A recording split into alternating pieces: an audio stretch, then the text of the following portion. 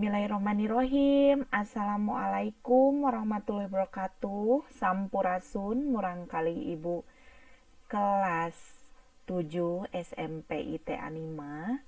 Alhamdulillah hirobbil alamin. Tiasa tepang deui dina pangajaran bahasa Sunda sareng Ibu Enda Rodia. Di semester 2 ieu urang lincah kana pangajaran 5 ngeunaan materi sajak ya. Hayu orang sasarengan diajar. Oke. Kompetensi dasar anu kedah ku hidup dikuasai dina pangajaran bahasa Sunda pertemuan ayeuna nyaeta kahiji menelaah, mengidentifikasi, memahami sajak dengan kaidah-kaidahnya. Anu kadua menafsirkan, menanggapi dan mengekspresikan sajak sesuai dengan kaidah-kaidahnya. Panginten kompetensi dasar ieu pertemuan ayeuna aya sababaraha nu kada dikuasai ke pertemuan nu kaduana sami gitu tah. Teras aya tujuan setelah proses pembelajaran selesai, siswa diharapkan dapat menelaah, mengidentifikasi, menanggapi sajak sesuai dengan kaidah-kaidahnya gitu. Di dieu sata acan urang ngaguar ngeunaan sajak aya 2 kolom ngeunaan konotatif sareng unsur-unsur sajak. Janten urang diajar heula 2 ieu nya kitu, urang perdalam heula. Osok aya anu nanya atanapi nu naros kieu cenah. Ibu misalna teh naon bedana sajak jeung puisi? Kinten-kintenna naon? Nah, sajak teh nyaeta salah sahiji karya sastra anu ditulis dina wangun ugeran atanapi puisi. Berarti sajak teh nyaeta puisi nya barudak. Dina sastra Sunda, karya sastra wangun ugeran teh loba rupana. Di antarana salian sajak aya guguritan. Engke ieu mah diajar di semester 2 kelas 8 nya. Teras pupujian jeung mantra. Kecap-kecap anu dipake dina sajak umumna kecap-kecap anu ngandung harti konotatif. Lain harti saujratna saperti anu kaunggel dina kamus. Jadi dina kecap-kecap anu digunakeun dina sajak mah nya teks sajak mah harti konotatif tidak sebenarnya gitu ya. Teras di dieu salian ti kecap-kecap anu konotatif tadi, sajak oge ngandung sawatara unsur penting kayaning tema ya. Tema sajakna naon? Dasar pokok pasoalan anu ditepikeun dina sajak.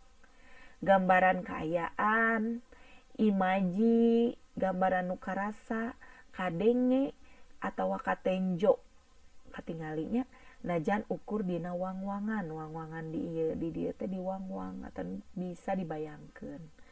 Simbol kecap anu dipake pikeun ngantebkeun maksud. Wirahma, irama galindengna sora kecap. Biasana kan aya maca puisi mah sok aya iramana nya. Jeung amanat. Amanat di dieu nyaeta amanat pangarang kanu maca. Nah, di dieu ibu gaduh salah sahiji sajak karya Ami Raksanagara. Upami ditinggal dina foto di dieu aya aki-aki jeung balon. Nuju naon ya aki-aki jeung balon di dieu teh? Saleresna mah ieu sajak teh nyaritakeun ngeunaan aki nu keur dagang cocoan nya. Barudak gitu. Masih kene sok aya kan nya aki-aki nu sok dagang cocoan. Ayeuna ku ibu bade dicontokeun maca sajak aki jeung balon versi ibu nya gitu.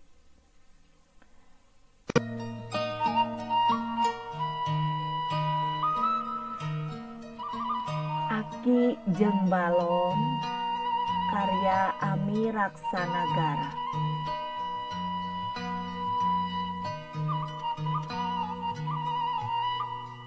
Berating lengkah aki ngukur jalan.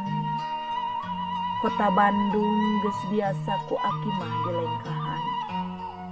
Di baturan sobat ngaran rancatan. Anu rantui digantungan barang-barang kaulinan.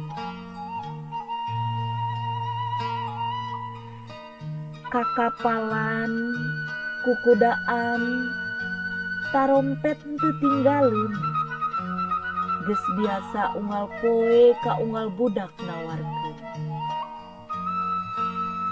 Ujang, euis, ieu tinggal barang Aki, geragalah keur ameng engke di bumi. Aki, abi mah da hoyong balon. Dedeh teuing Kasep, di Aki mah henteu aya. Niupna oge Aki mah geus teu kawasa. Ripuh teuing da kedah nganggo tanaga. Ari Aki sakieu nya kakolotan. Mending oge Kasep ieu kokoleceran. Lamun angin muterna teh aduh jeung tarik pisan. Resep teuing engke ameng lulumpatan. Aki ka dieu ketan da abi mah moal meuli. Ulah kitu Kasep bet abong ka aki-aki. Cek sepuh mah Kasep ngaheureyan teh pamali.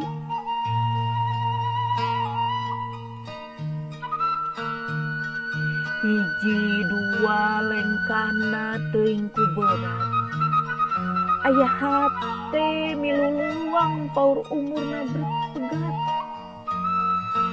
Teuing di mana si Aki tetepnya matuh. Boa dina iuh Tanjung atawa di payung layung.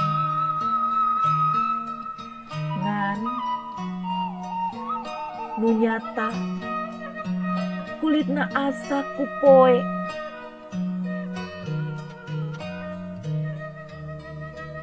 Aki mun ngajoprak sisi jalan saha teuing nulungan.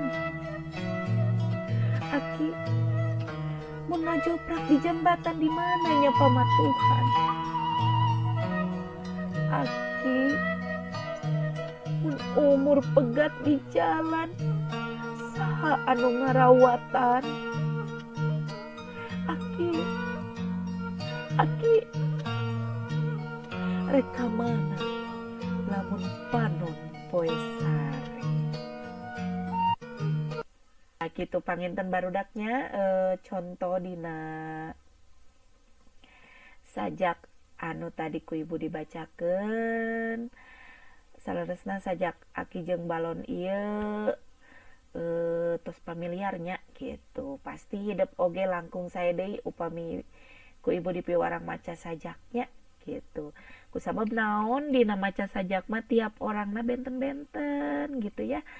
Aya maca sajak nu sae teh kedah kumaha sareng gimana gitu tanya. Tapi engke eta mah urang diajar di sajak pertemuan anu kadua ya gitu. Mangga salajengna aya dina LMS dina aplikasi DIS, buka dina kolom tugasna di dinya ibu tos masihan bahan evaluasi kanggo hidup pertemuan ayeuna dikerjakeun. Soalna mung 5 soal dikerjakeun teras dikintunkeun dina LMS nya gitu. Hatur nuhun murangkali ibu kelas 7 pangajaran bahasa Sunda ngeunaan sajak dicekapkeun sakieu wae mingon payun urang tepang deui dina pangajaran bahasa Sunda salajengna masih ngeunaan sajak anu kadua nya gitu. Tetep jaga kesehatanana, tetep stay at home gitu tanya. Teras upami aya nu ditaroskeun ngeunaan pangajaran bahasa Sunda pertemuan ayeuna tong sungkan ka ibu naroskeun. Hatur nuhun sakali deui. Wassalamualaikum warahmatullahi wabarakatuh.